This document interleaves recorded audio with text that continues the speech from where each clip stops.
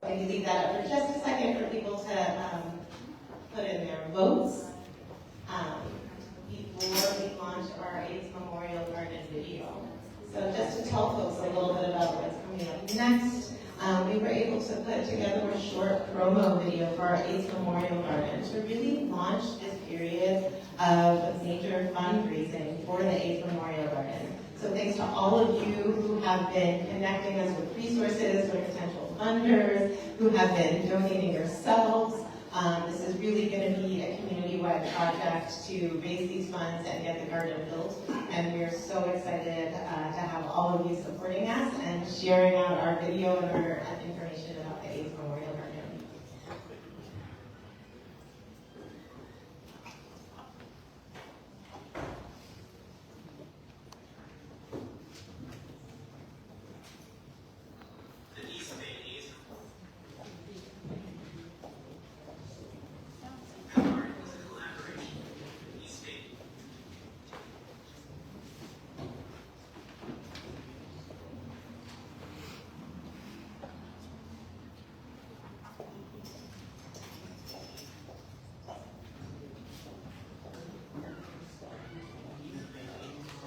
Is a collaboration with East Fayette to Zero and the Garden to Lake Marys. Located by the Mediterranean and Bonsai Garden, our space is next to a bridge and a waterfall that adds an element of peace and serenity, perfect for meditation and reflection.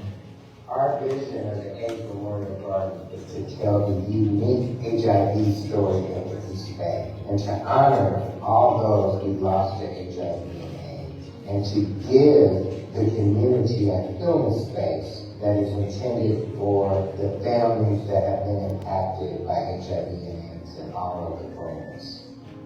Currently, the East Bay does not have an AIDS Memorial Garden or any physical space dedicated to honoring the lives of those we lost to HIV and AIDS. Your donations will help build this sanctuary as we continue our fight against stigma and to end the HIV epidemic.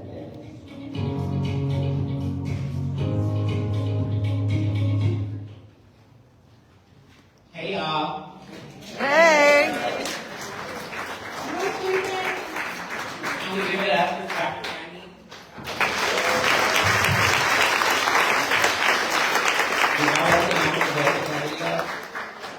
Y'all recognize that was just Uncle Jesse, brother. I know Uncle Jesse couldn't be here because he's out of town, but that's Uncle Jesse. And so we want to let y'all know that if anybody is interested in learning more about the garden, please visit the exhibit in the corner where you can find posters and some amazing work that the East Bay AIDS Zero team is leading, as you already seen. And also, if y'all were really paying attention to that video, a lot of y'all logos are on the bottom of those flyers, so it's like a lot of collaboration going on here. So keep that up. Can y'all give it up for each other?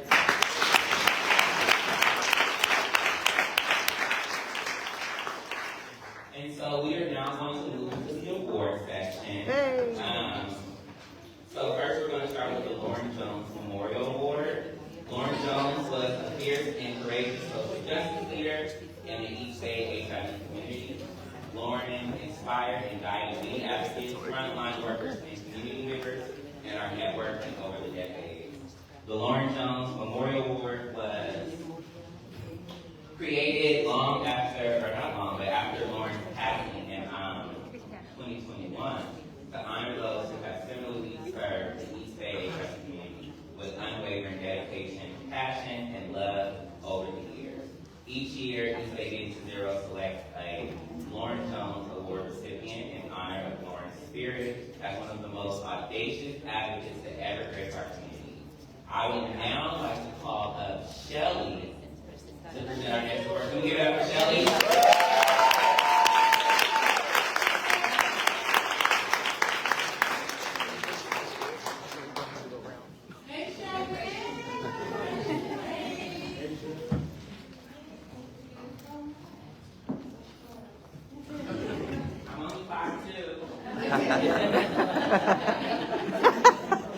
I want to thank everyone for being here today. It's so good to see my family.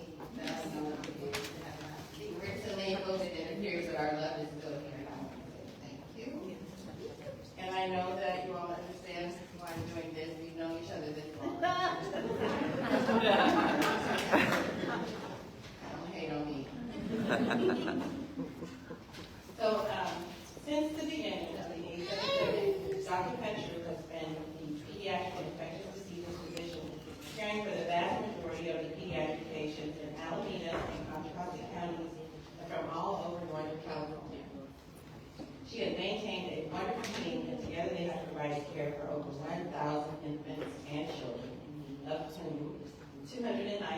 are or were infected with HIV, and 783 infants who were fortunate enough to evade through transmission.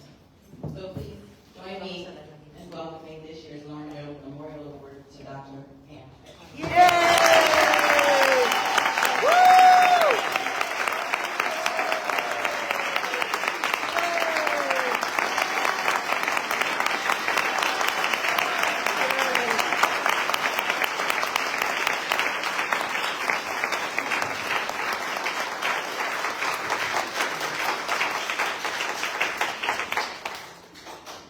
Would you like to say anything? Because I do have one question for you, so whatever you choose.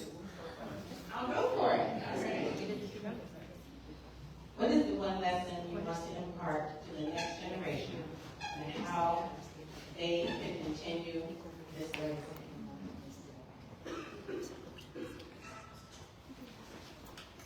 I think the important things in life are to find happiness, joy, and ways to help other people. I think we could easily be pulled down by the negative things that we experience, by the attitudes of some people. But I think that if we try to keep an upbeat attitude, that we can always find something we can do for someone. The first 8 years that we were taking care of kids and children, there was no treatment. So you kind of wonder why parents kept coming back with their kids. But we offered them some hope. And I think hope is really important for people to hold on to. So that's, the bottom line is doing the best you can and not giving up and not abandoning people who are in need. Absolutely.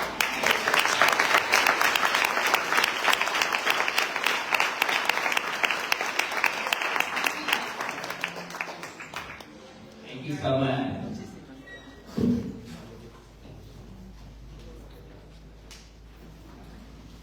Can we give it up for Dr. Petra? Yes.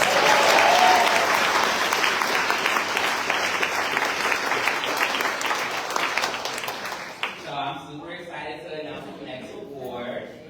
This award goes to someone who is a joy to be around. Her commitment to creating safe spaces for trans women in the Bay Area and connecting them to sisterhood shows how big her heart is. Our recipient for the Joy Personified Award is Kayla Moore.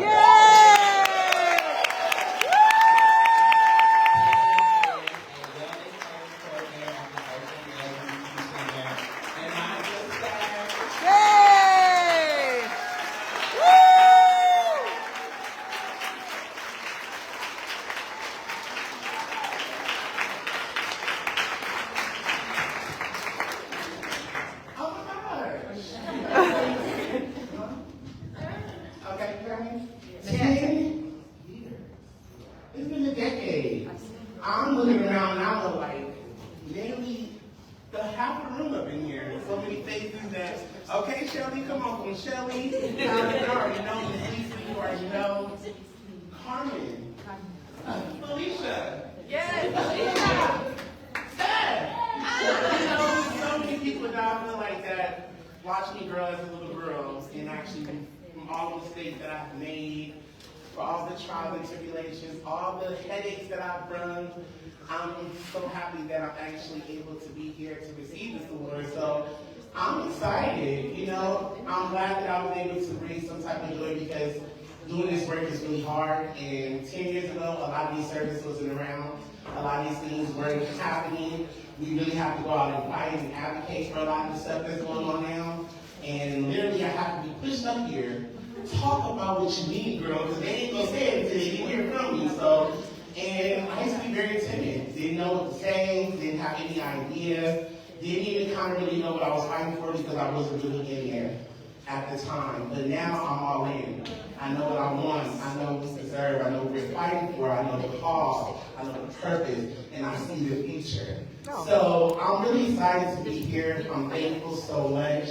And I just am so joyous that I'm allowed to bring joy to y'all as much as y'all have brought joy to me. So, literally from the bottom of my heart, thank you so much.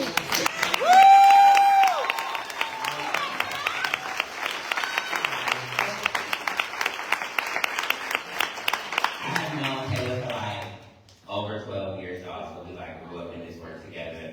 And so, Kayla, I want to ask you, what do you think is the best way we can spread joy in the work here in East Bay? just be open, be optimistic. Just don't have a closed heart to anything. Like the doctor has said before, a lot of times we get in places and spaces where it's just like, I don't know if we can help, I don't know, what we can do, but just honestly having that open heart and that compassion, so knowing that, yes, you might hear 1,000 no's, but if you continue, there's going to be somebody that's going to say yes. Somebody that's going to open that door. Somebody that's going to hear you and want to work with you, advocate with you, fight for you, be right there on the side. So I just say, keep hope and joy alive, because it comes in so many spaces and places. So I'm thankful. Yeah.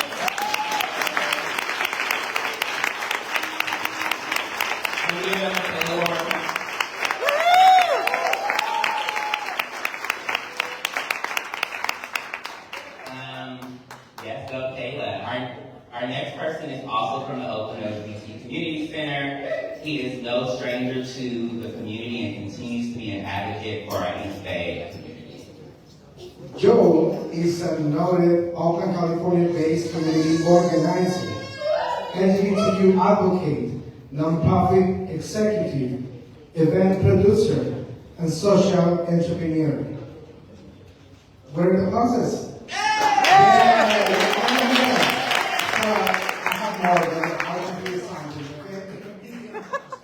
Joe loves living in Oakland and the Bay Area and spending his free time with his husband Nico, camping on the beach, touring California, and spending time with his son and 3 beautiful grandchildren.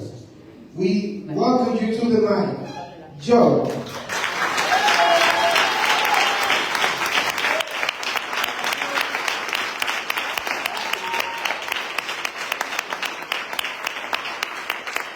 Hi everyone. My voice is loud. I'm going to stand over here because I don't want some people to be looking at the back of my head because my hair is falling out right now. I want to acknowledge our trans community right now. Our trans community has never seen so much empowerment in our trans community as I am seeing today. So I really wanted to acknowledge that. And I also want us to once again remember those who we lost to AIDS. And also to acknowledge those who are courageously living with HIV.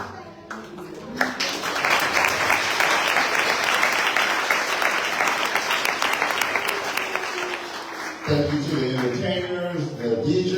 I might need to book you later. But thank you to East Bay Getting to Zero organizers for hosting another successful World AIDS Day event.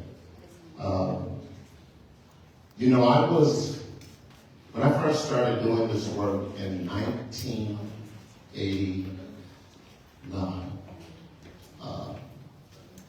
I didn't get involved into the work until I started losing my friends.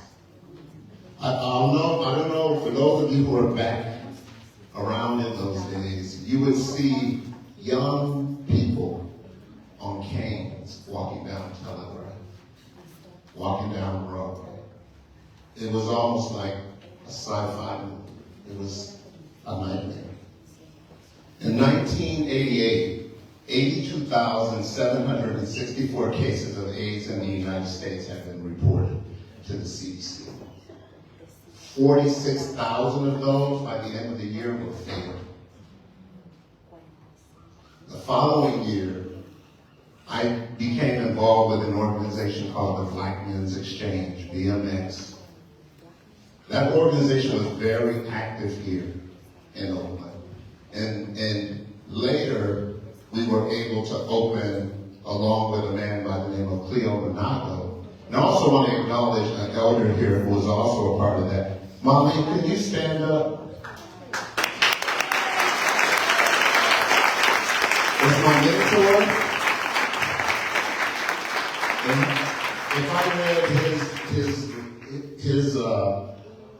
I don't even want to do it because he's done so much on throughout the Bay Area, but I appreciate that he's still here with us today and able to be a mentor with me today.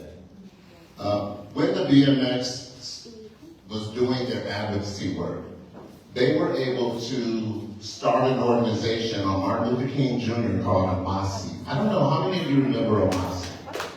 Remember Amasi?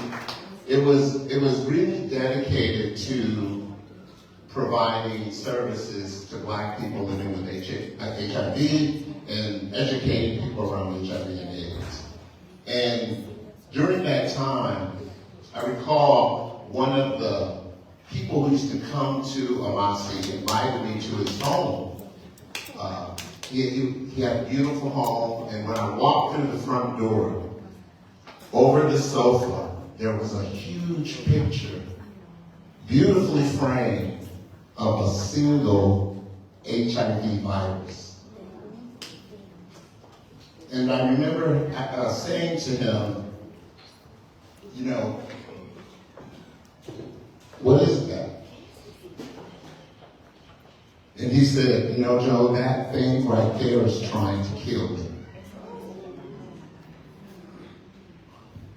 And he sat down and talked with me about the work that we were trying to do back then. Because when I look at this room right now, all these people of color, it wasn't like this.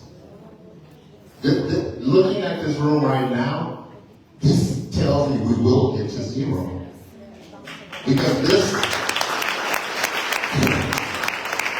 we are the people who are the most impacted. So I'm so overjoyed and hopeful just seeing that this room is filled with Black and brown, indigenous people of color. It's gonna happen, and you're gonna make it happen. After I left my friend's home, I started crying because I was wondering if I was next. How many of you all thought wondering, am I next? You know what that feeling is like. Unfortunately, he died a few months later. We used to encourage so many people during those days to just hang in there. We used to say, just hold on. You know, hold on, but we didn't really have any answer for them. It's like, hold on to what? And most of those people died.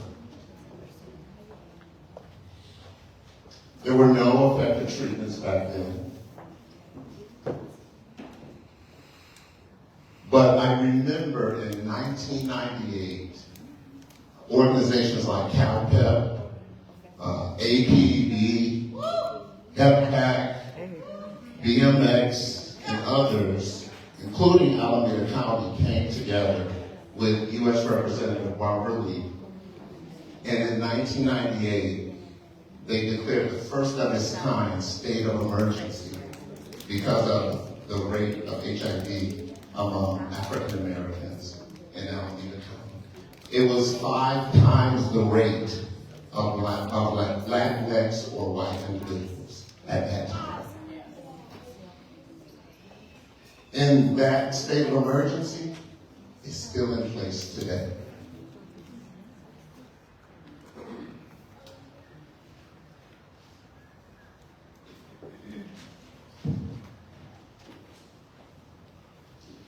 Out of Amasi came an organization that was groundbreaking. SMAC Youth Center. How many people remember SMAC Youth Center? Founded and led by Monica Mosby, Alvin Quammen, Robert Williams, Charles Bradford, and others. SMAC Youth Center was the first of its kind, people of color, youth-based organization in Alameda County. That you could not go to SMAC and not see the joy on the faces of the young LGBTQ people who were there, living their lives out loud. The center was successful at attracting training and engaging youth around public policy issues. Monica would literally take those youth to City Hall and demand money for LGBTQ youth of color. Now, that organization started around 1998 and was plagued by fires, multiple fires, and it closed in 2012.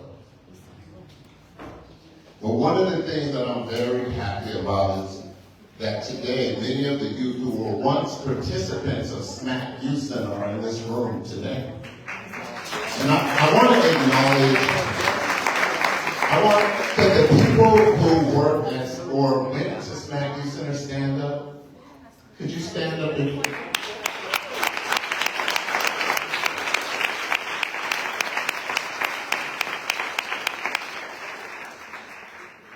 SMAC Youth Center was already developing the next generation of leaders. And they're in this room today.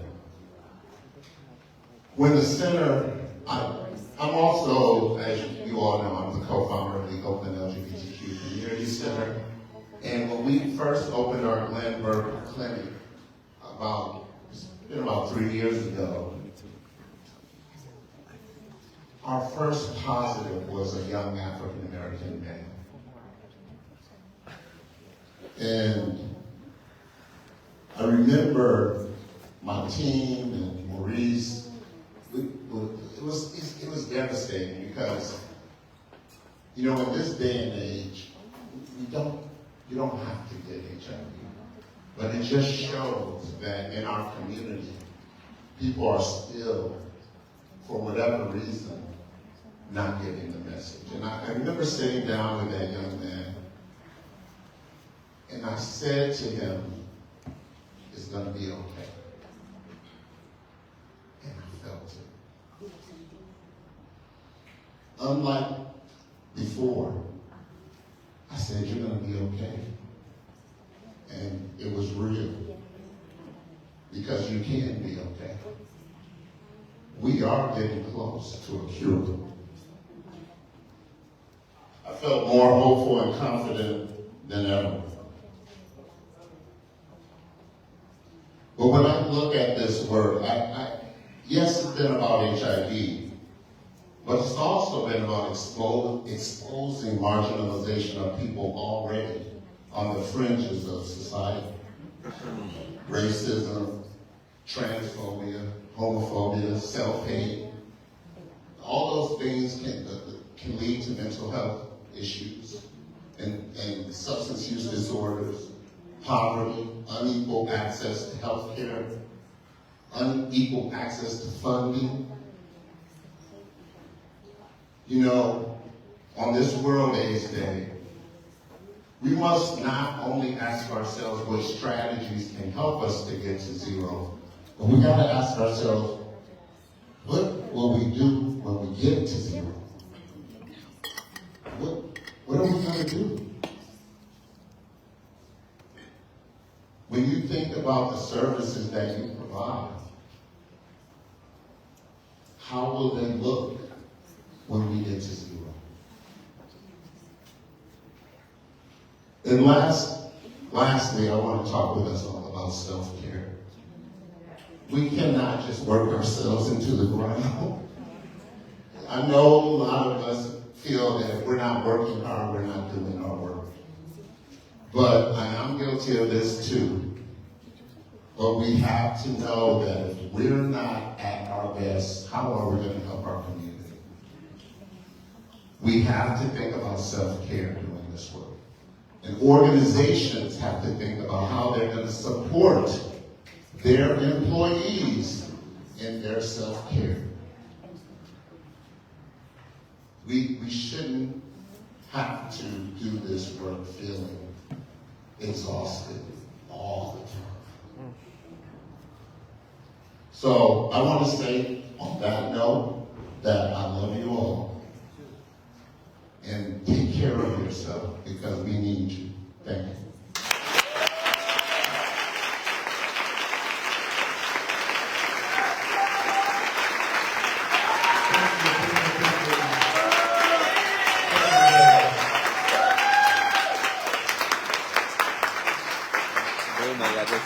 Oh, Lord. Who is ready for our next performance? If half of the room is just like copy, I need to hear 100%. Who is ready for our next performance?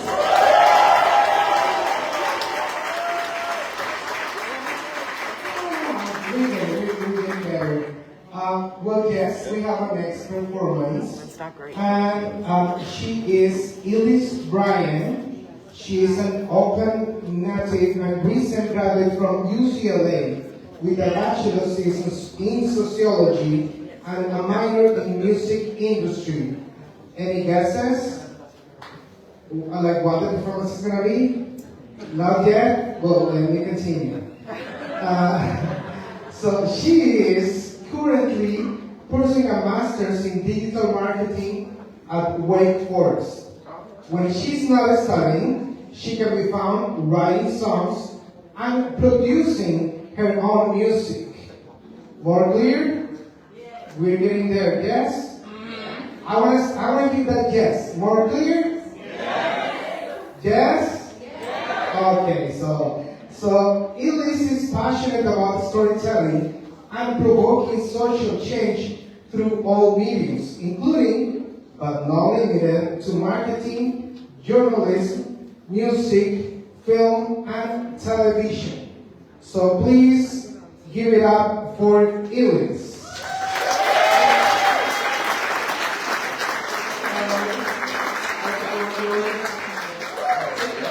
I'm so excited to be here. You guys feeling good? Okay.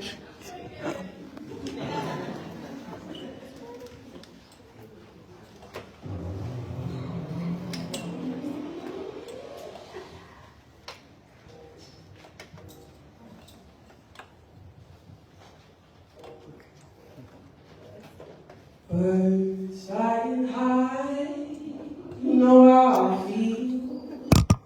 Sun in the sky, you know how I feel. Breeze drifting on by, you know how I feel. It's a new dawn, it's a new day, it's a new life for me. It's a new dawn, it's a new day, it's a new life. Ooh, and I'm feeling good.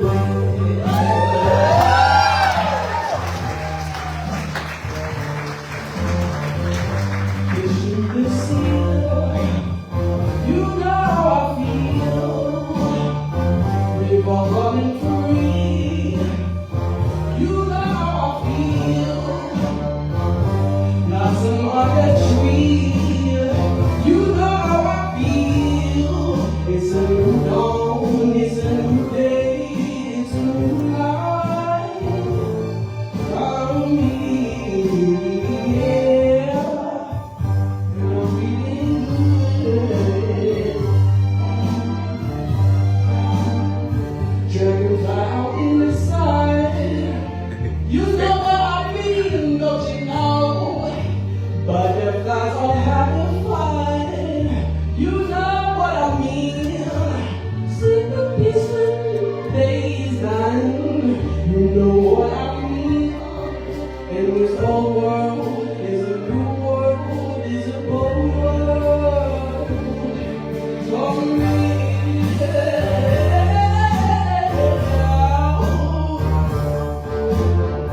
Stars will shine.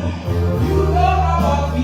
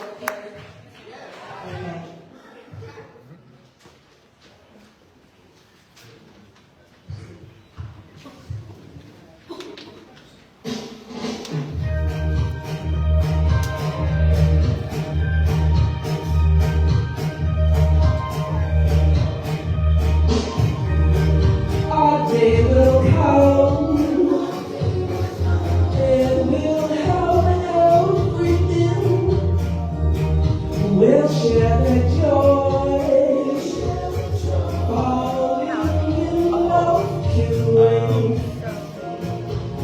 one can tell me that I'm too young to know. I love you so, and you love me.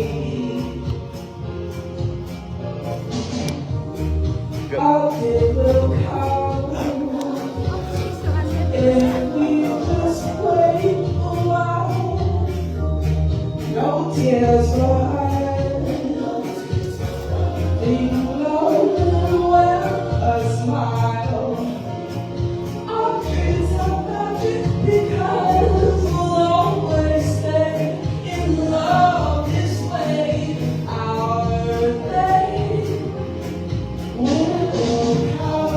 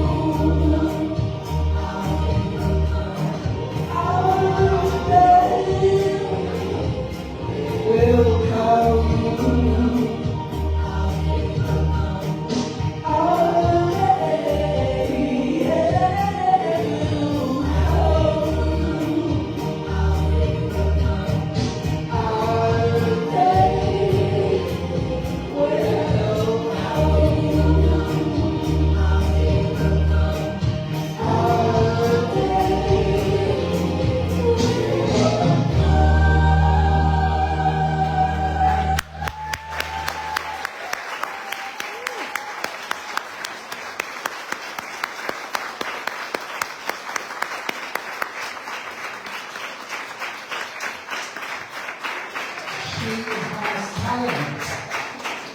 Thank you. We're going to continue with the program, and then if you think that we're going to have another performance right now, you are not correct. Because at this time, we're going to have a fireside chat. And the fire is you, so I hope you guys at the beginning. I would like to introduce Nahid. Nahid will lead this fireside chat. Now let me give a more introduction, okay? Just give me a second. I need to get there. So she's part of our team, our East Bay Getting to Zero team. And she is a cultural strategist and support our community messaging group. So she plays an important role for the team. And the cool part today is that she is going to lead a conversation here with some cool folks. So please get ready, get super ready to get some cool insights and enjoy this conversation. Give it up for Nahid.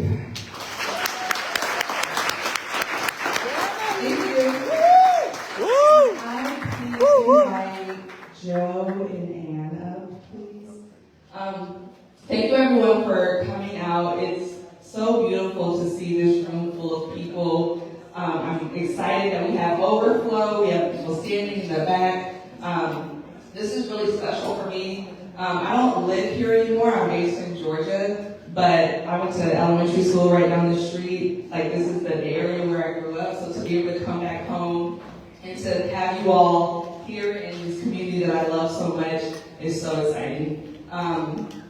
And to just share a little bit about me, I'm from Oakland. I grew up here. I grew up in the youth organizing, youth leadership community here in the Bay Area. And when I came to East Bay Getting to Zero to support with some of their community messaging work, I was really drawn to the work and the intentions around youth engagement, the youth engagement strategies. And so when we decided in our planning team that we wanted to make this theme, the theme of this year's event, centered around intergenerational spaces and conversations. I wanted to encourage us to be able to have space in this event to be able to talk a little bit about how we can be really intentional about how we're bringing in young people into this work and how we're supporting young people in this work. And so the intention around this fireside chat is to lift up some of the best practices and the ways in which organizations and folks are doing work to intentionally support young people in cultivating and retaining young people in early days of their career, the early parts of their career, and hopefully getting people to stay in this field and to sustain themselves in this field in the ways in which Joe was referencing in his keynote address. So I'm going to introduce our other panelists, since you all know them so well, and then we're going to jump into a quick chat. Is that cool, y'all? Yeah.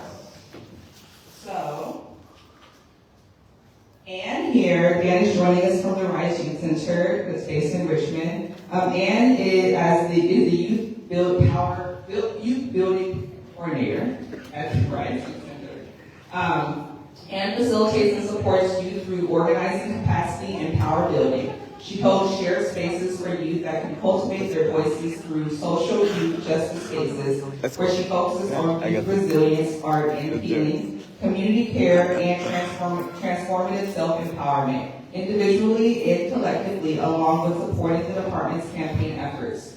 Centering radical organizing for social justice issues by expressing leadership and diligence through community engagement, youth power, advocacy, artivism, which is like writing, visual arts, fighting against displacement, and furthermore, going through Rise's leadership pipeline from being an intern fellow to now a program coordinator, it has led her the way to hold more spaces for youth to connect, use their power, and discover their own values, while finding themselves and their passions through love and solidarity. Yeah, give it up for Anne.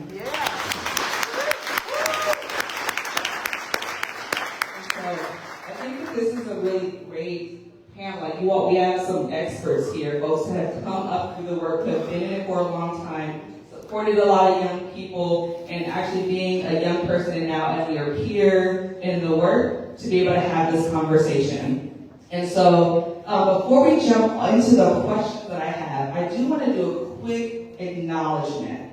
So when we talk about youth engagement, when we talk about wanting to support youth-adult partnerships, authentic youth-adult partnerships, we have to acknowledge, especially in this space, that we are generally living and working within adult-centered, adult-led spaces.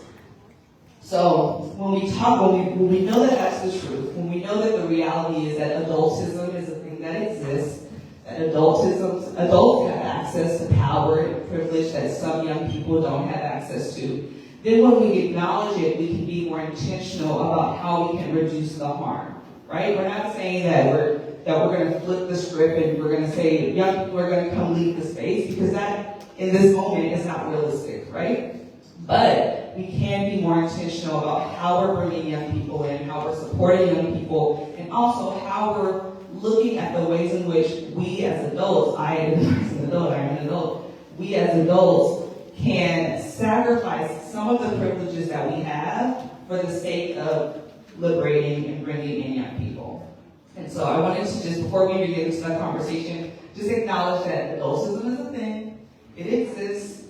For example, we're having an event where we're saying we're engaging with young people. It's also in the middle of the day when a lot of young people are at school, right? So like there's things like this that exist that we can look at how we're really shifting, where there's room to shift, and where we're like, no, that actually needs to be in the middle of the day, or if that's the case. But I wanted to acknowledge that before we even get into the conversation. Is that cool? Are we good? Adults is a thing? Great. So the first question that I wanted to ask was actually going to go to both of you. I would love to start with Anne, to hear a little bit about what motivated your interest in the work of getting into community transformation work. Hello, everyone. Again, to introduce myself, Anne, I use she, they pronouns. Yeah, leading into community work, I honestly didn't know where I was going to start. I think this drive came from like the experience of being marginalized when I was in middle school. I didn't know where a platform that I can stand on and speak for myself and to my friends as well. And until high school, I found Rise.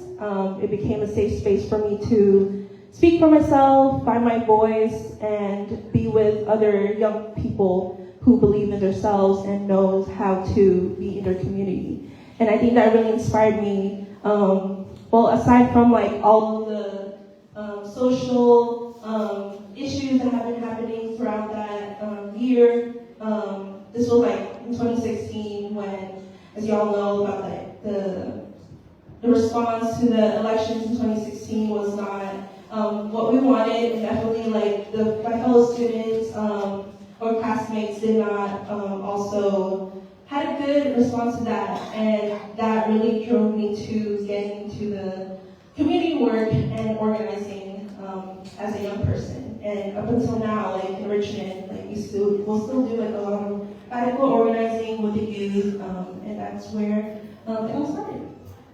Thank you. Anna, can you also maybe speak to what does success look like for you? Like when now that you're in this work, you have a solid commitment to being a part of community transformation work. How do you define success for yourself?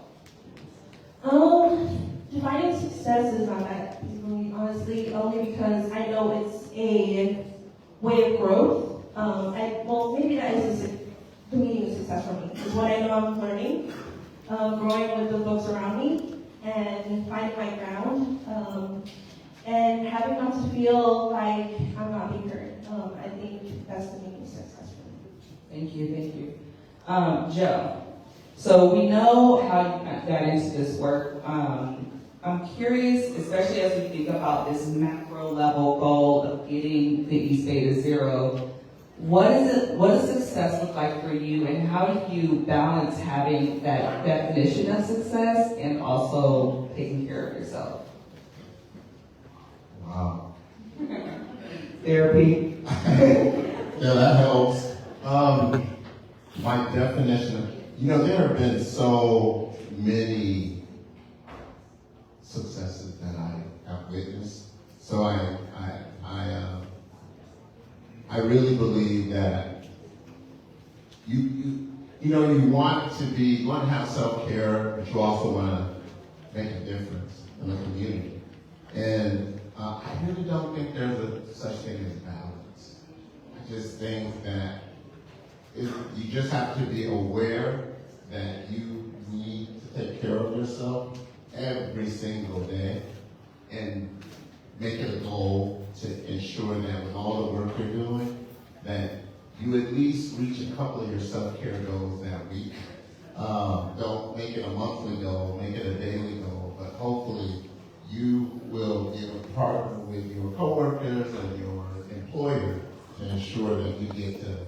I try to make sure, like I just recently, after 6 years, I just recently took a 3-week sabbatical. Wow. And I took 3 weeks off?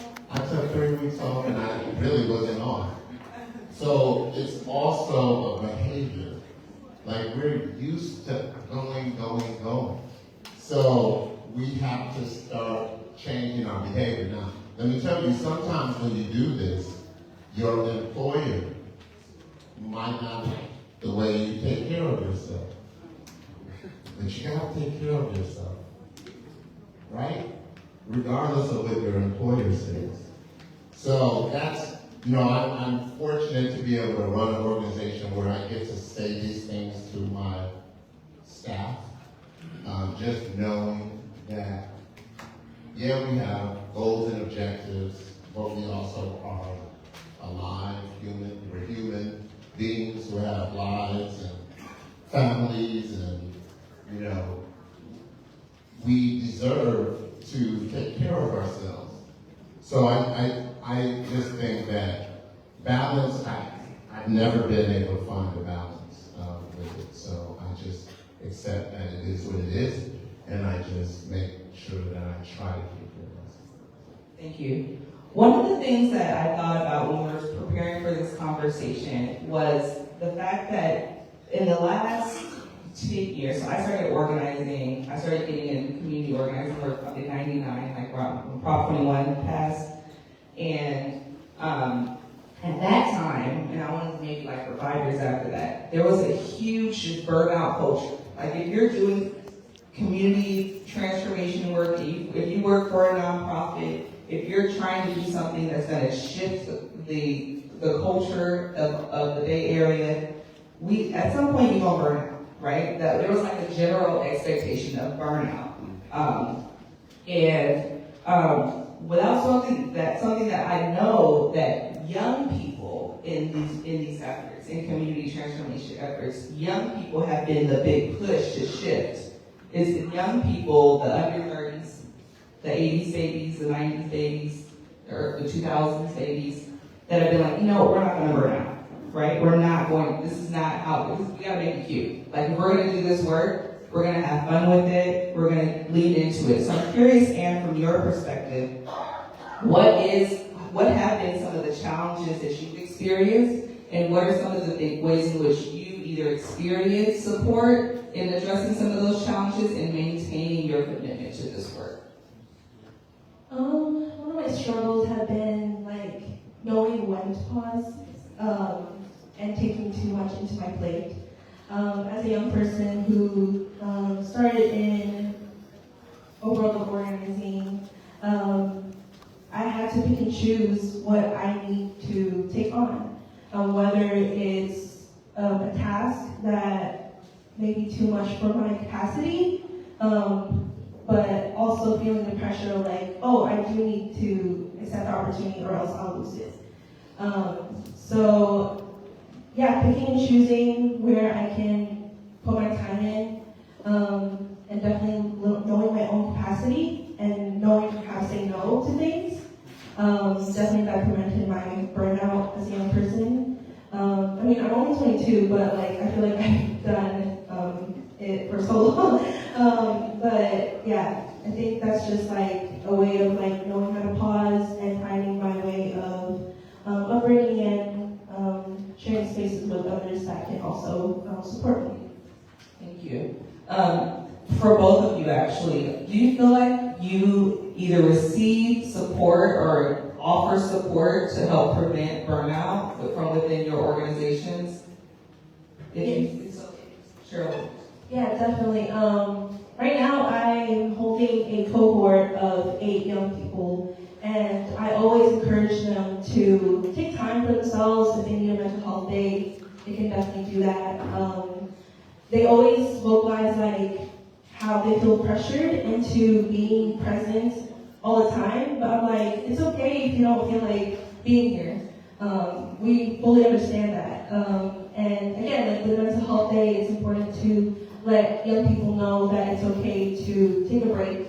Because they're already handling a lot of things in their lives, personally, academically, and on top of that, also making sure that community organizing is a center for them as well. But it can be a lot of things.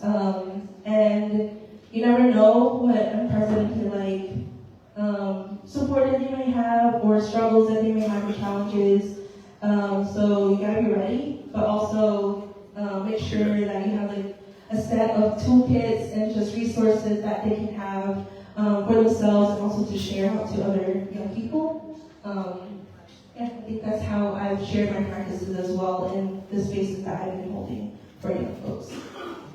I really appreciate all that you said because I concur, I agree.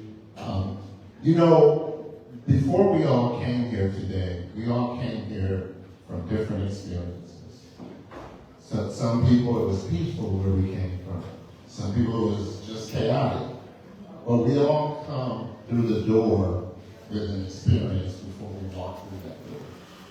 And some leaders get concerned when we see our employees maybe taking more sick time or not showing up, for whatever reason, without considering what's going on with that person.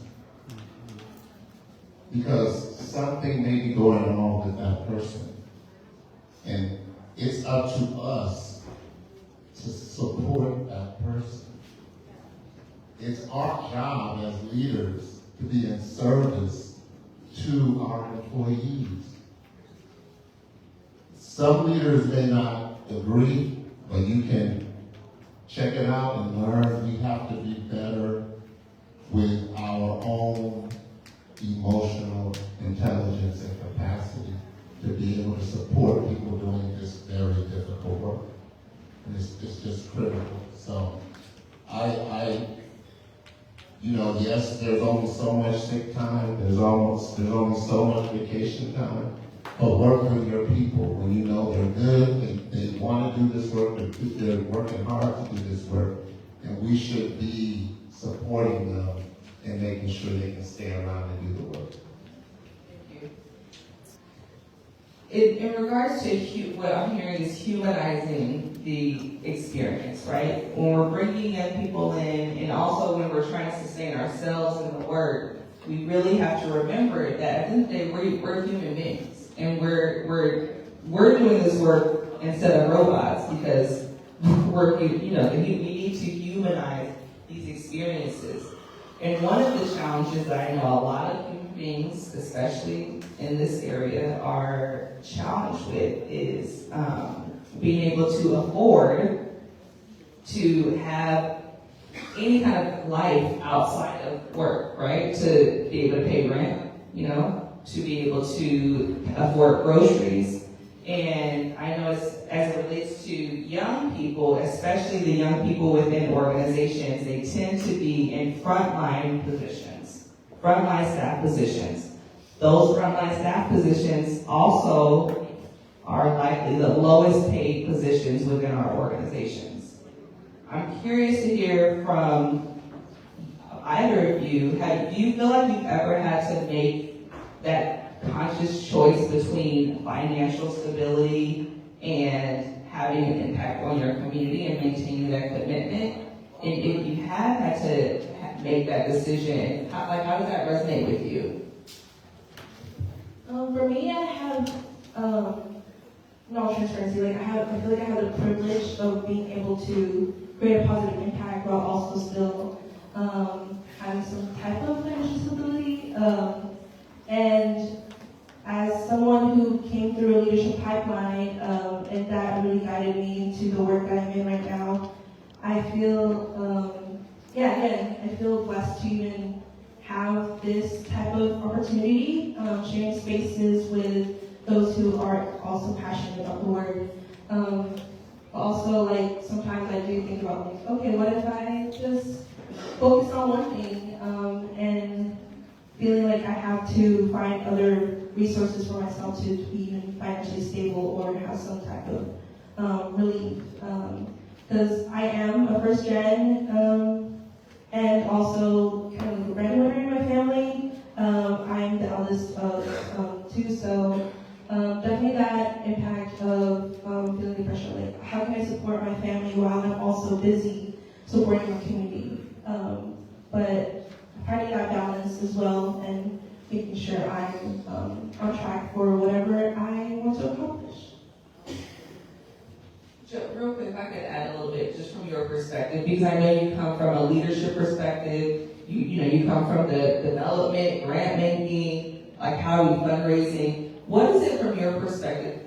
Feel free to answer this first question, but from your perspective, how do we really try to shift the culture to place more value on these positions that young people are coming into? To your point about the Bay Area, we live in a very expensive area. And so from the outset, if we're writing grants and proposals, we should be writing them with higher salaries. That's just the way we did it. We started out writing every single proposal with salaries that are higher so that we could not only be competitive in the industry, so to speak, but also to we all have to be subjected to because we love living here. So I think it starts with organizations changing their salary structures to increase salaries for people. I think that's very important. And I think people appreciate that. People just appreciate that they're not at the lowest level of salary at a given organization. And it really makes them feel like you care and they give more to the work. So that's what I think. Thank you. I guess you really spoke to it. I want to add one last question before we wrap up. And I know, Joe, you referenced one of your mentors who's here today, which is beautiful. I'm curious, especially as we think about how we're cultivating and really creating spaces where young people feel supported. What is it something, Anne, from your perspective, that you look for in a mentor when coming in and like looking for someone that can help kind of support you and making sure that you're not burning out, that you're getting your needs met? What do you look for in a mentor? Definitely someone who just understands what I need at the moment. It has to be planned ahead. Again, like going back to like having a mental health day, like that's something that I took really. I'm just really grateful for even having that type of privilege, because I know a lot of like people in my life who don't even get to take a mental health day.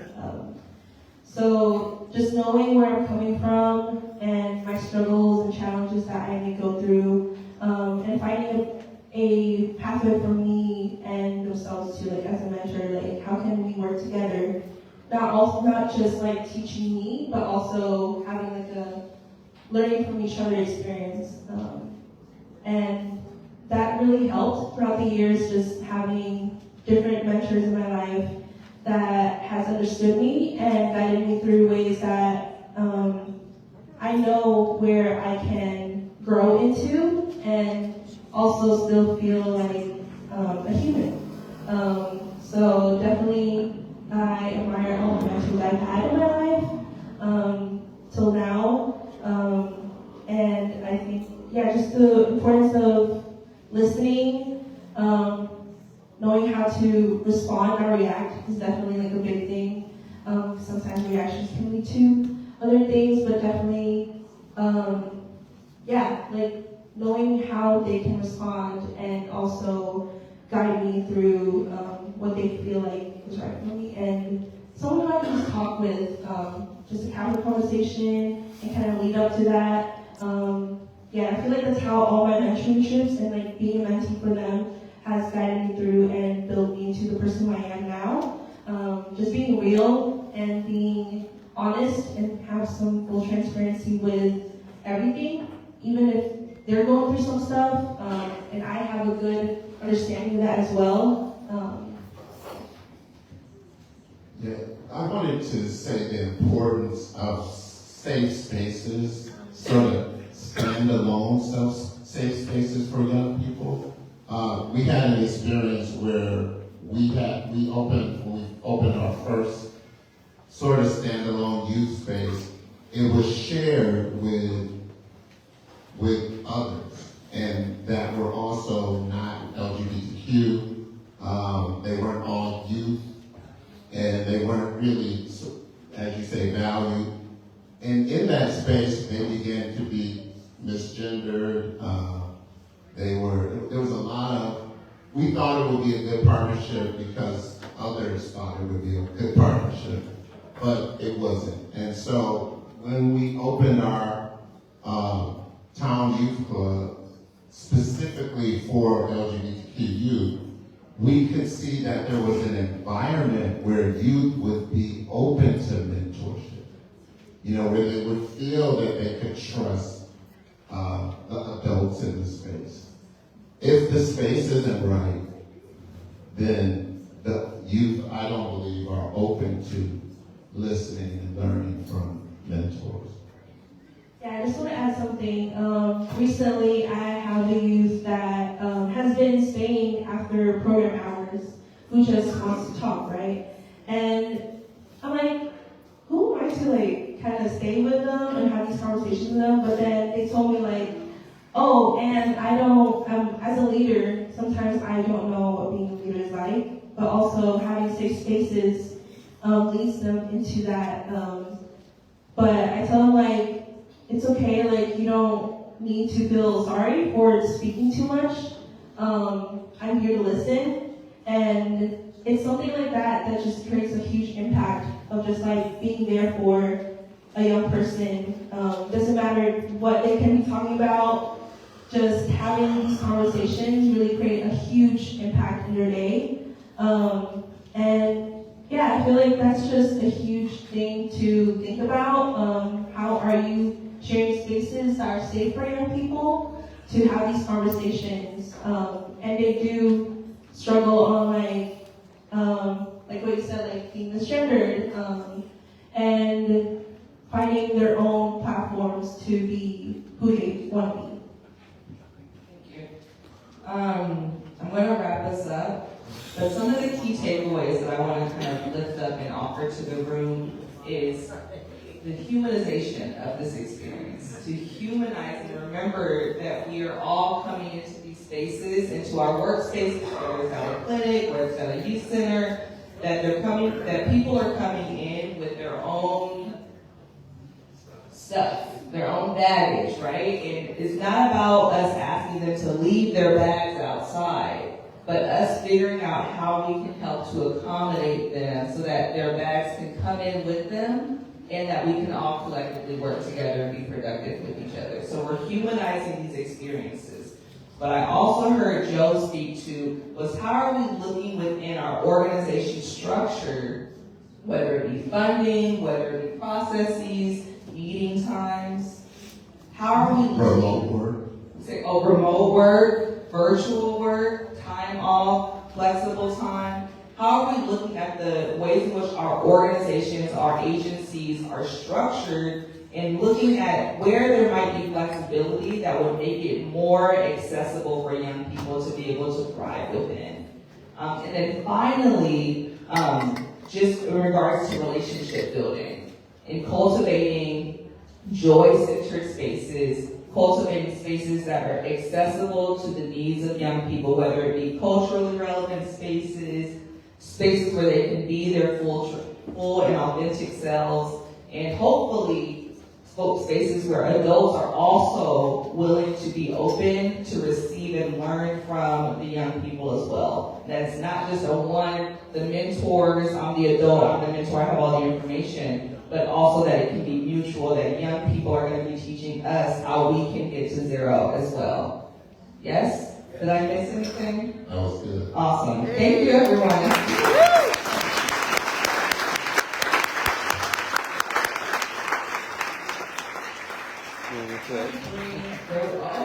Okay. I asked them for costumes. Yeah. Or even up there, maybe. No, it's alright. I got Can we it. give it up for the fireside chat?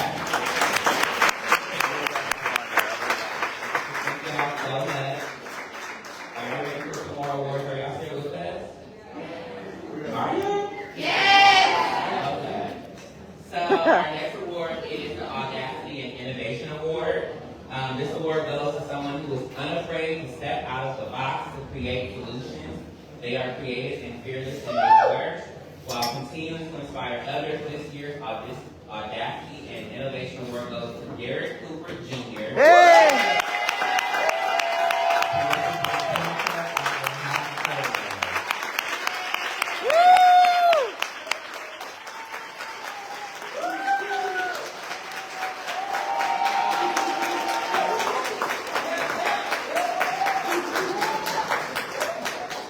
First and foremost, it's truly an honor for my Lord and Savior Jesus Christ.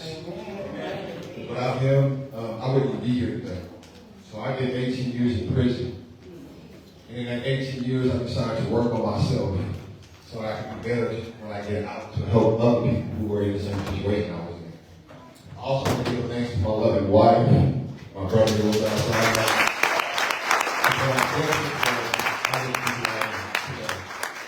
And I want to give a big thanks to Calvin.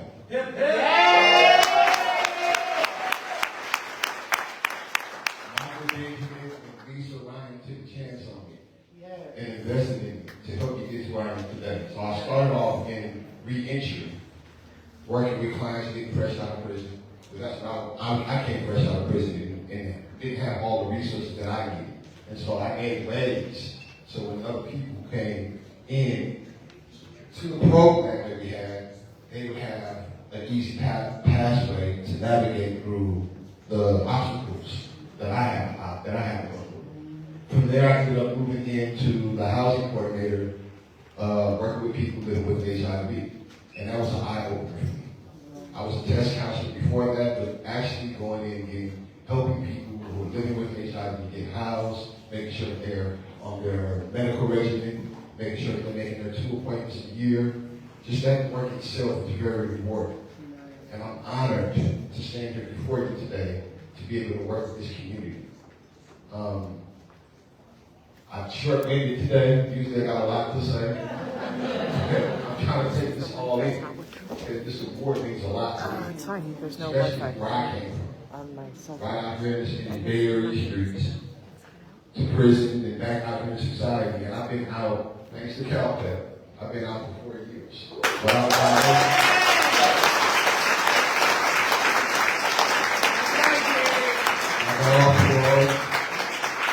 I'm doing exactly what I want to do. So in the bio it says, there's a saying, and I want to leave you guys with this. Be the change you want to see in the world. Come on.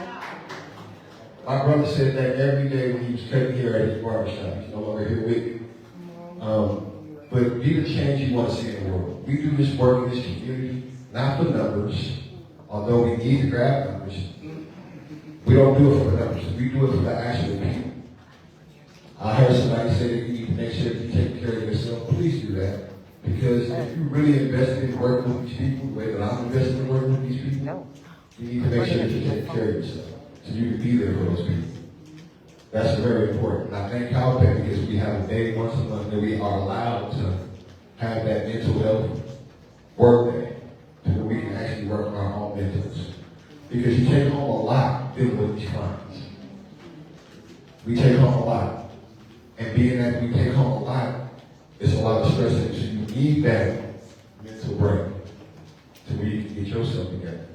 And I thank you for saying that. With that being said, I charge each of you today to go out in the world and be the change you want to see. Because it starts with you first. Thank you.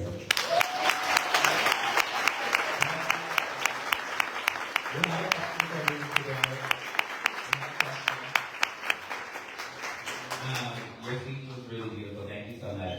How can embodying audacity and innovation push our work forward?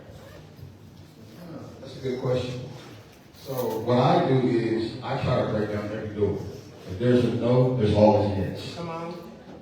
You just gotta go find it. So when there's, excuse me, because I'm a pastor, so preaching comes out. There's a saying in the Bible that says, when one door closes, the other door is always open. You have to go find that door. So you have, like what I do is I go out and I network. CalPEC, I'm known as the king of network. Because I network. I go out and I go to events. I go where nobody else wants to go. I go there so I can find the resources for my community. Because I'm invested in my community. I want to see everybody doing well in the community that I grew up in. I took so much away from that community, which never been 28 years. I feel the obligation to get back to that community. So I go that extra mile. They say that sometimes we get into the habit of giving up right before we get the big blessing. I don't. I push forward. Yes.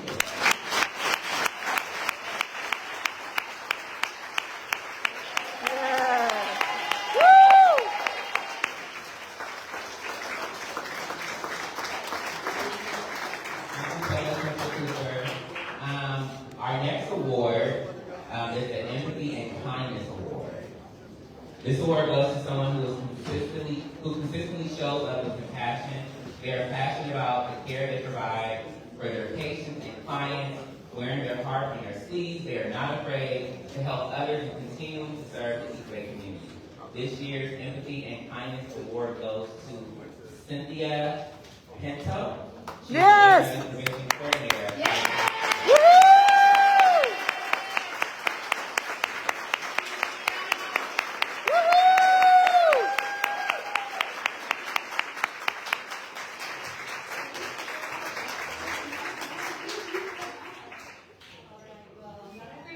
speaker, my team knows this, so I prepare myself less for it. So hello everyone. I'm honored to have received the Kindness and Empathy Award. I want to express my heartfelt gratitude to my team for nominating me. I can confidently say that as a member of the highly needy team embodies empathy and kindness every single day. It's a privilege to work with such inspiring individuals who always support each other. And also a big thank you to East Bay Zero for providing us with resources and guidance to help us create a caring and supporting environment.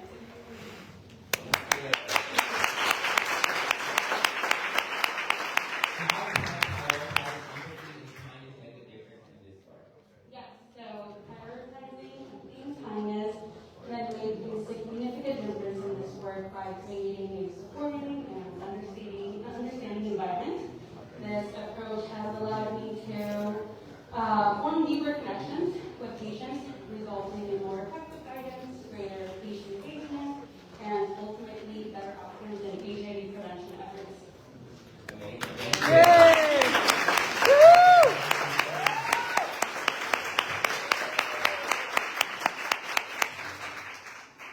Our next performance is going to be very important because the star is going to be you, like all of you. So I want to be energetic, fierce, and all the things that you like to be in, that you like to see in a performer. You got it? Okay. Okay. So listen to me because this is going to be super important. This is going to be kind of like casting audition for next year performances. So be ready. Be aware and be ready.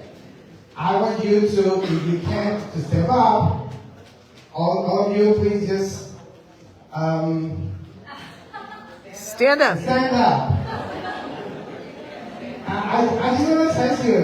I was just trying you. If you're like awake, okay? It's not like, okay, so, yeah, so our thing is gonna be to move our hips like from right to left, and then the waist is gonna be super important as well. The hips and the waist. And with this music, 30 seconds at least, okay? DJ.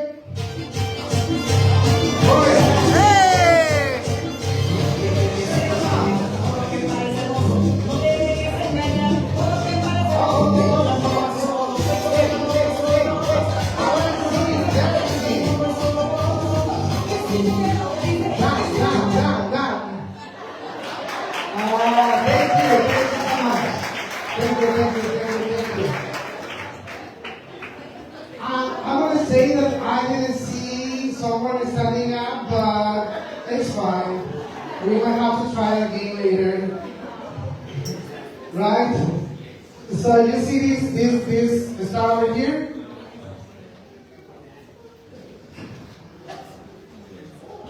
So never mind. Don't see this one yet. Can we give it up for my co-MC?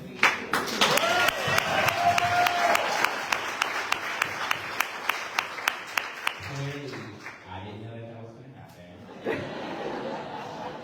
So we have another performer, Dr. Denisha Byrne.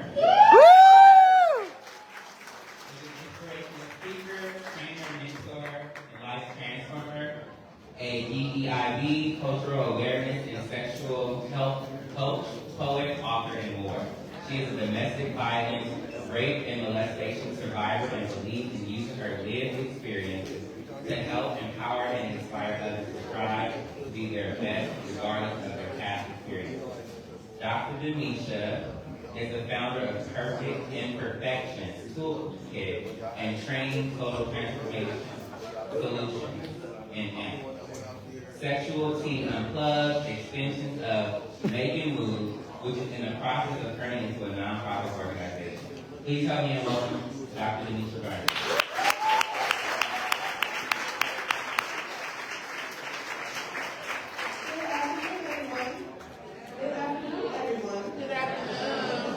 Blessed so far? Awesome.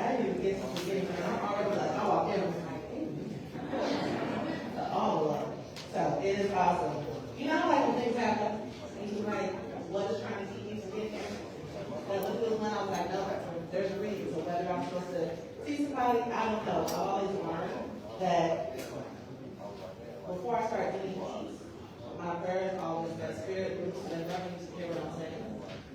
It reaches of whatever this is for. Blessings. We have all heard throughout our lives that there is nothing new under the sun. And yes, research and technology continue to blow our minds with advancements where the new chapter has literally just begun. The knowledge of those who have paved the way, combined with the innovative and trailblazing spirits, for all who have picked up to continue with the torch, standing up boldly against what was initially silently ignored. After all, if you can't remember the big dogs, what they say, you ought to get left on the porch. From deaf ears, they would fall, from the assumptions that were made, at least from those who had never attempted to time, to cultivate relationships while imparting wisdom for all generations, since we are learning more and more that they are definitely intertwined. No one is above or below. No one is better than the next. We are each our very own competition, so no need to attempt to put someone else to the test. Where do you stand personally? What have you done or not done? What is your truth when no one else is around? Are you loud and proud when things are convenient? Or do you feel loud, often like crowds? Do we use our time, talents, and treasures along our journey to pave the way to help the next? Or do we get caught up in society's stigma and socialization of who is or is not the best? For the truth is that we have all been called, and each of us have our own is uniquely yours. But we must not get caught up in pride and ego for someone else's vision and inadvertently close someone else's open door. Life and death are in the power of the tongue, so be careful what you say just because you think that that is what you see. Implicit biases are real and much must be checked daily. Otherwise, you may inadvertently cause someone to be our own casualty. And yes, we know that it wouldn't be on purpose. For our intentionality to hurt others, we know we quote unquote was there. And that's exactly what we do when we don't pass down information. Hurt our own knowledge and are trying to make a judgment call of who is worthy of a particular share. But there actually isn't anything new that didn't start from another, an expanded thought, next step in a project, or even a tweak to a hit or miss idea, just to name a few. So when we think we are the only ones that can do this or that, advocate, write, speak, etc., a reality check is definitely overdue. For as we honor the harvest from the seeds that have been cultivated, it's imperative that we remember that we all play a part. As we celebrate another World AIDS Day, know that on any level, the first step that was taken to get to where we are today started with an open heart. Please keep the hearts open.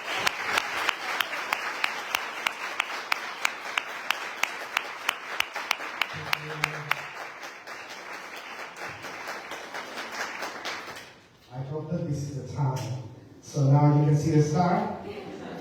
You see it? Okay, so that's good. She's going to help me carry it.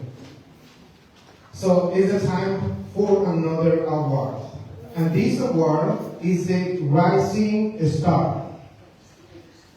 We want to highlight someone special.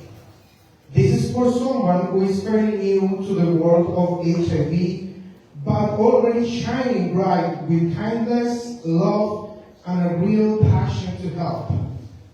Today, we honor a person who might be new to this, but the impact is huge. They're like a rising star, making a real difference with a big heart. So let's give it up for this fantastic individual, a true star on the rise in the fight against HIV. And this is Thea.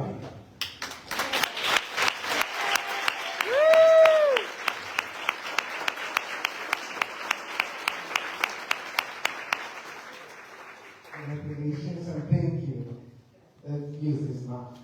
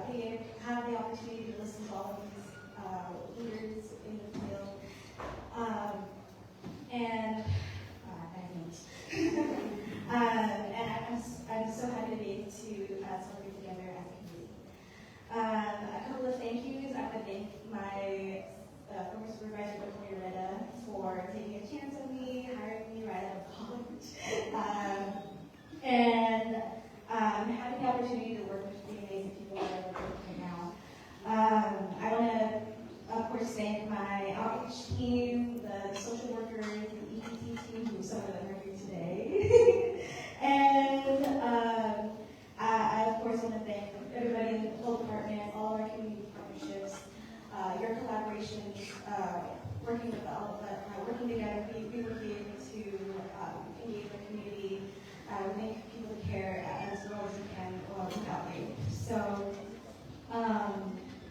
this award means so much to me.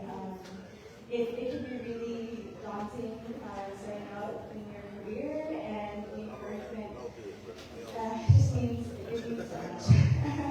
I still coming into my own and navigating like a new professional space. So sometimes, you know, in that you feel like a burden or like you feel like you're not doing enough. And I'm sure like some point in all of your careers that maybe you've all felt the same thing. This award shows me that my colleagues, they see me, and that even when I don't see myself, and that as part of my self-care, I should be much kinder to myself. So again, thank you to everybody, and grateful. And she works in Health Services. And now is the moment too. I have a question for you. So this is the question. How can further encouraging many new rising stars impact the next generation of frontline staff? That's great. So I really truly believe that I wouldn't be here today if it weren't for the people who have encouraged me throughout my whole professional academic life experiences. Through their guidance, through their encouragement, affirmations, them passing on their knowledge, I wouldn't be the person that I am today. I wouldn't know how it is to be an advocate, or how to really reach clients, or how to face those really difficult situations with pointing professionalism that they have shown me as them being a role model. And so I think we're able to kind of invest in all of our rising stars, all the newcomers coming into this field. We can really cultivate a whole new generation of confident workers. Thank you so much. Thank you so much for the invitation. And give them a raise of $8,000. Next, we're going to talk about our digital storytelling project. As y'all heard earlier, I was a part of helping it come to fruition. By being part of the Fake News Zero, we were talking about different ways to put out messages to the community, and there was a conversation about our community telling their own stories. A lot of times, other people are telling our stories, and so we just wanted to make sure that we could find ways for the people who are impacted by HIV to have their voices heard. And I am very thankful to Janelle because she started doing the curriculum for this storytelling. And we work really hard with the people involved. And at the same time, I want to give a really huge out to La Clínica.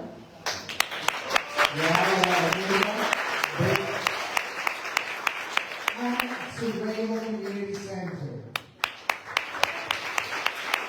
They were big presence with this project, and the people from our communities that you're gonna see, they gonna show a little bit of their heart, their struggles, what they are having, like since the moment that they realize that they might be living with HIV, that they are trans, that they are part of a community that is not well received every time, at all times. So then, I'm not just gonna do any more spoilers, so we're gonna check it out.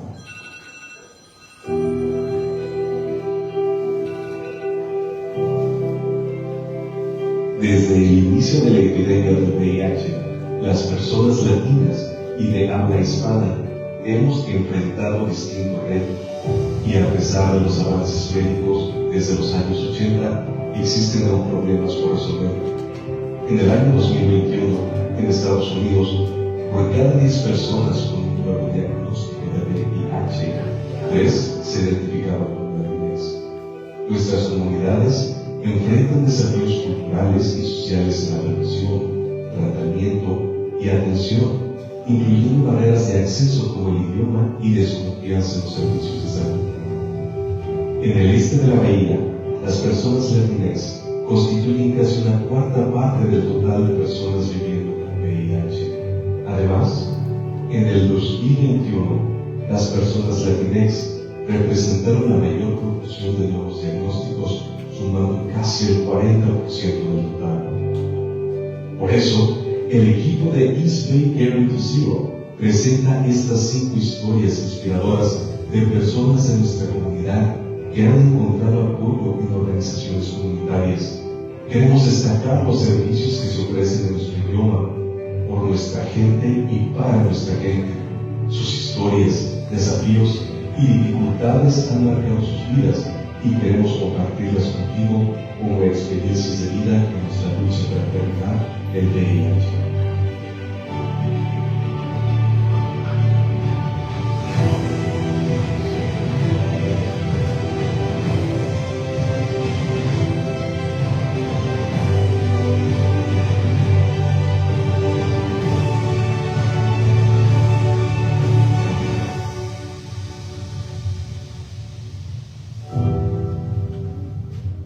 El VIH me impactó en general porque yo tuve muchas amistades que perdí, muy queridas. Viví el sufrimiento de ellos, de sus familiares, primos, hermanos, padres. Porque el proceso de esta enfermedad es muy cruel. Yo lo miré en el caso de mis amigas, cómo bajan de peso, cómo les da salpillo de su cuerpo, en la cara, cómo se iban transformando poco a poco.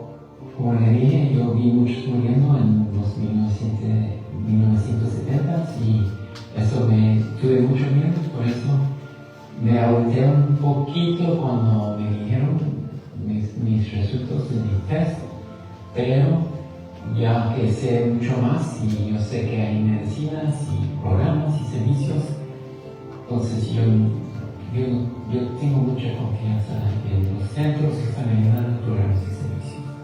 ¿Qué mensaje recibí? Pues más que nada que el VIH es una enfermedad venérea, por decirlo así. En aquel entonces se manejaba como una enfermedad letal, ¿no? Como el fin del mundo, es como te lo pintan prácticamente. Mis miedos, la familia, porque uno crece con un círculo de pura gente derecha, pues amigos derechos, mis tíos, mis papás, todo el mundo era mucho machismo y siempre hablando mal de la gente gay, refiriéndose con malas palabras sobre los gays. Esos eran mis miedos, la sociedad, hasta que finalmente se liberó uno y explota. Vamos. Para mí el VIH encontró mi vida porque literalmente como cuando yo no lo tenía, lo tomé ignorantemente, eso no me importaba. Ahora que ya lo tengo, me ha abrido los ojos para saber que hay una comunidad que tiene, no una comunidad, pero todos tienen que ser realizados. Seas homosexual o no lo seas. Mi mayor temor era sentir el rechazo de la gente, que está postrada en una cama, así en el baño, o no puede parar ni a eso, ser una persona que no sentirme útil, y no darle estar como asco a la familia porque les miraba, porque muchas familias mías trans que se han enfermado tuvieron un rechazo familiar. Sus padres nunca los aceptaron, nunca los comprendieron, incluso por eso buscaron una calle y intentaron suicidarse, ¿no? Uno puede vivir una vida muy completa con sus servicios y programas que hay ahorita, la medicina, muchas medicinas, no como antes no había estos programas y servicios, medicina, y también con su propio amor y confianza va a sobrevivir todo. La confianza de poder ir, platicar, hablar lo que estás haciendo, por lo que estás pasando, la atención que te dan y sobre todo que te hace sentir muchísima confianza y seguridad, que no estás solo y que siempre hay puertas abiertas para seguir adelante. Hay una persona que me acercó a este tipo de eventos, porque la primera vez que yo me fui a hacer un análisis del VIH, te dan 15 minutos ahora para saber tus resultados, y para mí esos 15 minutos fueron eternos. Sentía que me venía una temblorina y unos nervios y me sentía con ganas de salir corriendo. El pensar que iba a salir enferma, que iba a salir positiva, pero gracias a Dios salí negativo. Yo hace muchos años que no iba, incluso cuando llegué aquí a este país pensé que me infectaba, porque mi pareja era una persona muy activa, que se metía con otras personas igual que yo. Y fue por eso que yo tenía miedo, terror, temor, acercarme a ese tipo de cosas, porque yo sentía, como repito, que iba a tener todas las enfermedades del mundo. Me iba a morir de la cura, como van a decirme nomás de qué es lo que me iba a morir. Hay que recordar que ellos son su sangre, son su familia, y todavía hay que tener amor, porque nada se puede hacer sin el amor. Yo te voy a decir que te cuides, que no me prevenir que lamentar, que si eres un promiscuo sexualmente, no pasa nada de que estés tomando tu pastilla todos los días, y si alguna persona que se infecta de que dijo que estaba bien, no está bien, tú ya estás protegido y es bien para ti, y si estás casado, tu familia, todo eso, tú te cuidas, más que, aparte de que te estás cuidando tú, cuidas a terceras personas que tú quieres, no sé si pasó algún daño.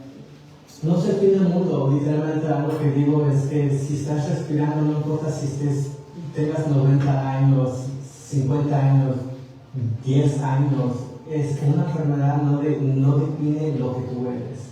Eres más que vencedor y tú puedes seguir si tú te dejas y te das la oportunidad. Tengo VIH, pero soy indetectable.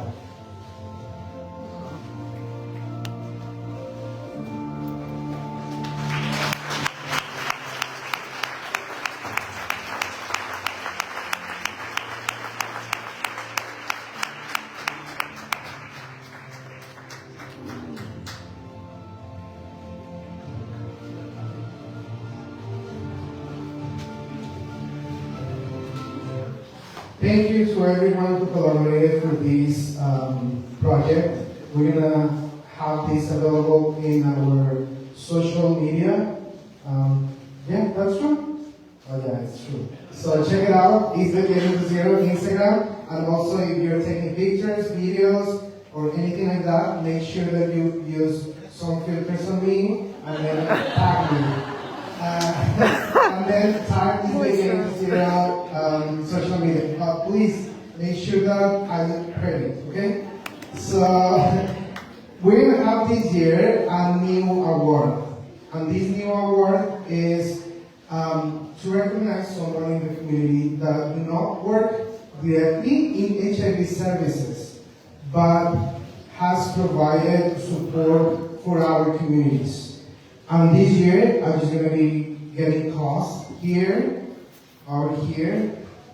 So this year, we want to recognize an owner of a nightclub that is called La Frontera. Yes. So, Doña Rosa was here.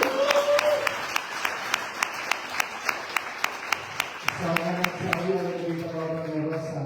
So just, I think we mentioned it at the beginning. La Frontera is a space where we have our mural. And you can check it out. It is by International and... Es International Program for EBWAD. Okay, so you got it. So this is, you can Google it. You know, now with Google Maps, you can get everywhere, or almost everywhere. So she created a space for queer and trans Latinos in Oakland. So when we were kind of like working for the mural, we came to the Rosa, and then she was always ready, and then she said yes from the beginning, and then she was available for everything that we might need.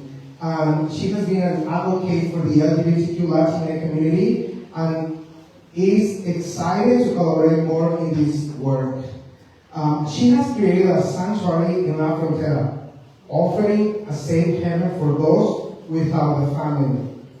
She's been a model figure to many transgender girls who face rejection from their homes, providing them with a space to express themselves freely. Doña Rosa not only fosters an environment for personal growth and performance, but also extends her support to HIV prevention initiatives in the international street area of Oakland. So I really want to recognize and really give a shout out to her because like it's been years where a lot of trans Latinas didn't have a space to be themselves, and she has provided that space for that community. So thank you so much, Doña Rosa.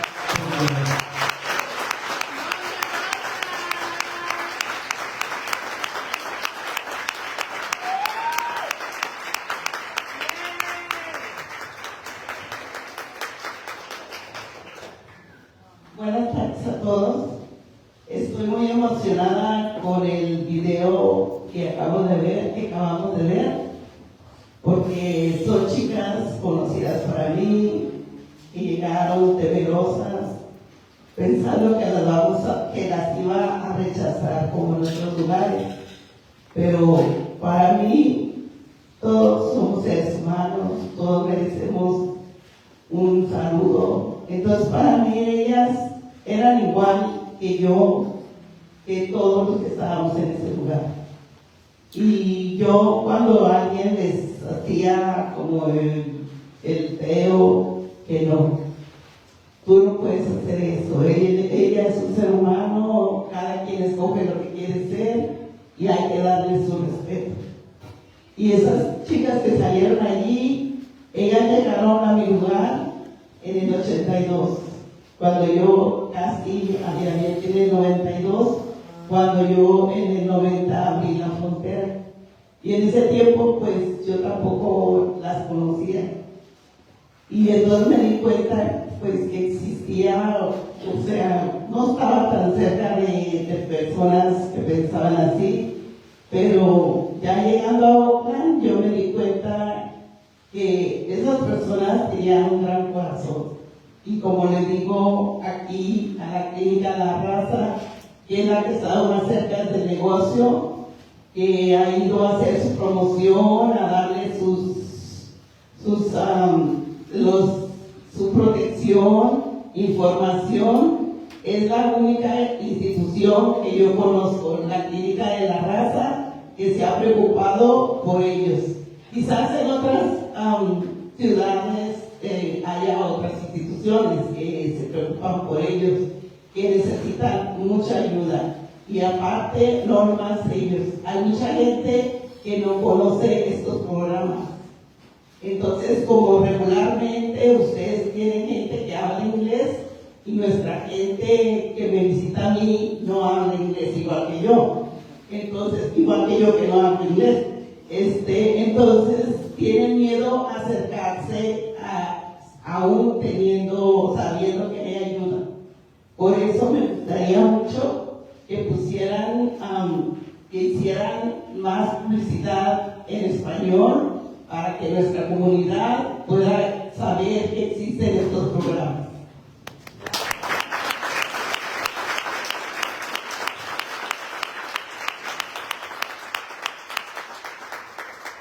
So good afternoon, everyone. I'm really excited about the video that we just saw. The girls that we saw there are people that I know, and you know, when they first came to this country, they were afraid of being rejected because that's what had happened in their home countries. And I said, no, everybody is a human being. They deserve a greeting. They deserve to be treated with respect. They're people just like me, just like every one of us. And so anytime anyone was ugly to them, I would say, no, she's a human being. She deserves respect. And so when they arrived at my business in 92, I opened La Frontera in 90. I didn't know them, and I actually didn't know a lot of people like them. But once I got to Oakland, I realized that these are people who have a huge heart. And so I wanted to make sure that they had somewhere to go. And Clínica de la Raza, which is near my business, is the place that has really worked to promote and provide information and protection to them. They really worry about them and care. And I don't know what other cities do, but definitely there are people that need help. They need to know about the programs that are offered. And like me, a lot of them don't speak English, and so that makes them afraid to try to look for help. And so I am looking forward to there being more publications and more outreach being done in Spanish in the community.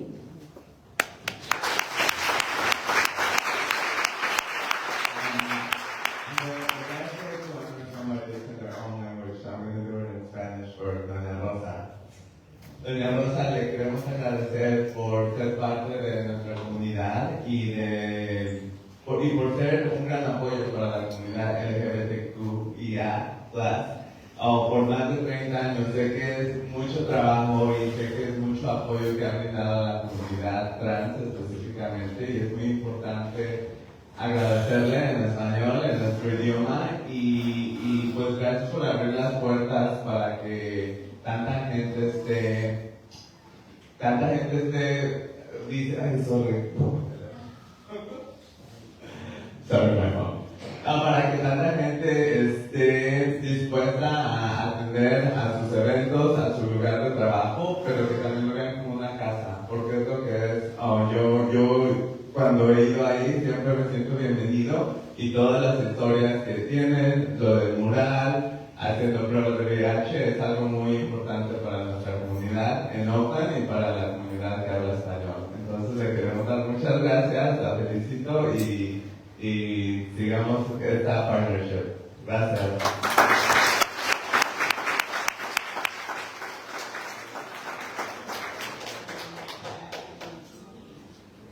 Gracias a todos por estar aquí, gracias a ustedes y gracias a la Clínica de la Raza por conocernos, que hace mucho tiempo que nos conocemos. Y gracias por todo, y como les digo, todos somos seres humanos, todos merecemos un respeto, y eso es lo principal, tener respeto hacia la otra persona, sea quien sea. Gracias por estar aquí, gracias por invitarme, gracias a mi bebé.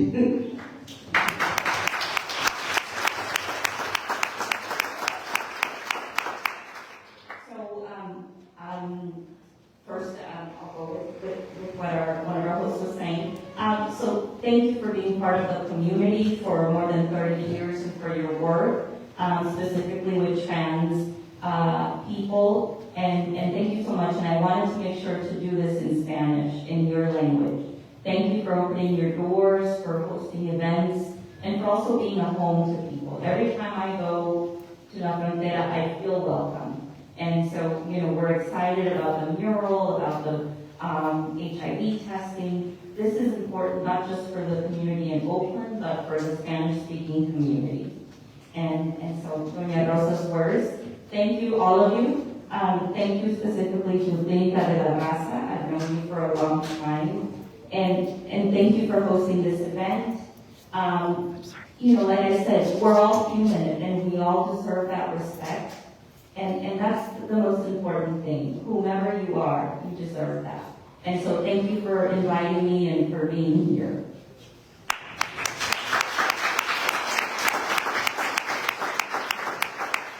Can we give it up for all our awardees?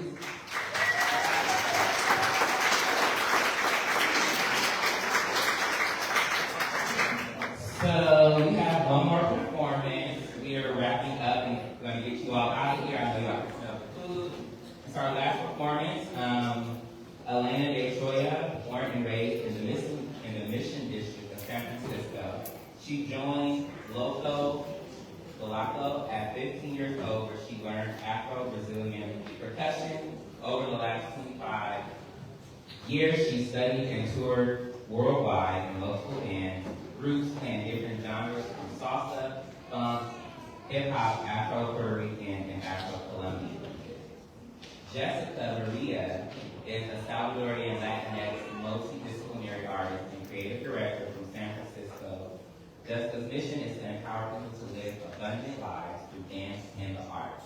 She founded Rising Rhythm in 2014, where she provides over 200 aspiring and professional artists access to high-quality dance training and business education in the Excelsior District of San Francisco, the East Bay and South Bay. Please give it up for our closing performers, Elena and Jessica.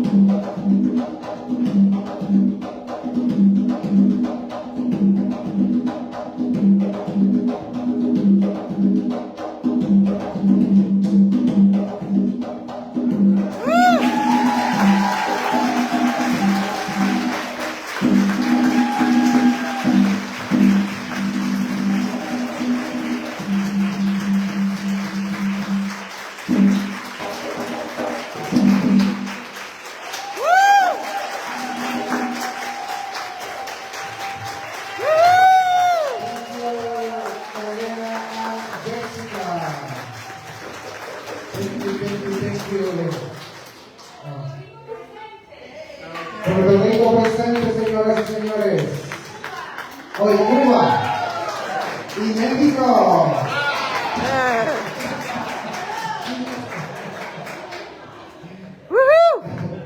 Thank you so much. Next, we would like to have gratitude to our planning committee. Can all the folks that are on the planning committee come to the center? All the planning committee, all the people that was in those meetings, like working hard to make this possible. Please step up, come here, planning committee, join us.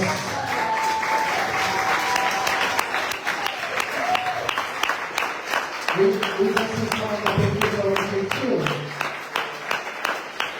Don't be shy, come here.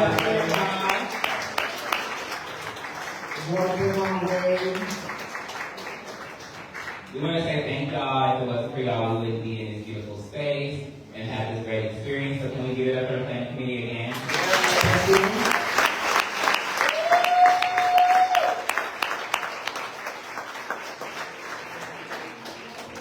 Thank you, thank you, thank you.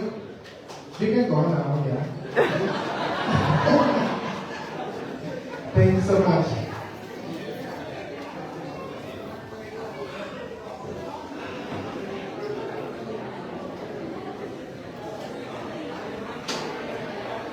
Okay, we just want to say thank you with this message and gratitude for our team. We want to wrap up this commemoration of World AIDS Day, and we want to keep encouraging you to do the work that you do every day and to enjoy it. Take care of yourself, and thank you for being here and for being part of this amazing work. Thank you, and see you next year.